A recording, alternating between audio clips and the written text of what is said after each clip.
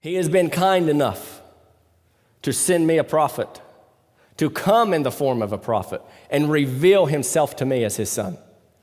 What he hath taught me before, he is teaching me now. What more could I ask for? Amen. I find it astounding that this is a son that could stand there and look his father in the eye and say, I have done all of your commandments and I have not erred one time. And his father didn't correct him. He didn't say, well, there was this time you did. He stands there and he says, I have done everything and I've kept all your commandments. But he still had jealousy laying in his heart. He was still more concerned about his brother's position and his brother's reception than he was about his own position.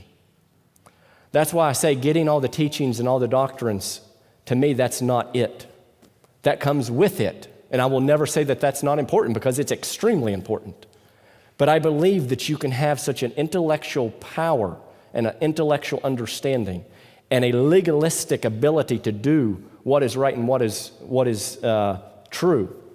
And like I said, I don't belittle any of that. I say we should be more like that. But at the end of the day, the problem here with this son, even though he can say, I've done everything you've asked me to do, the problem was he still had something laying in his heart. He still had jealousy laying in his heart. And the father had to come and deal with that. He had to come and remind him, it doesn't matter about anybody else. What matters is you're my son, and all that I have is thine. Quit worrying about your brother. And I would just say, me personally, that I don't ever want to find myself in that position. I don't want to ever find myself in the seat of the scornful, of somebody who's went wayward and somebody who's lost track. But they would come with a repentant heart. I pray to God that I would never have that in my life, that I would come and say, well, Lord, I've served you for X amount of years, and I've done this, and I've sacrificed this, and you're blessing that person. And, they just came back 2 weeks ago, and look at all that they've done. I want to be there, putting the robe on him, putting the ring on his finger, helping field dress that cow. I want to be cooking the meat for him.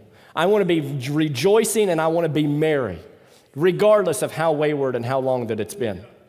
I want to respond with the power of the revelation that I am a son of this Father, and a wayward son has returned. What can I do to help him? What can I do to assist him? How can I encourage him or her? I want to respond correctly.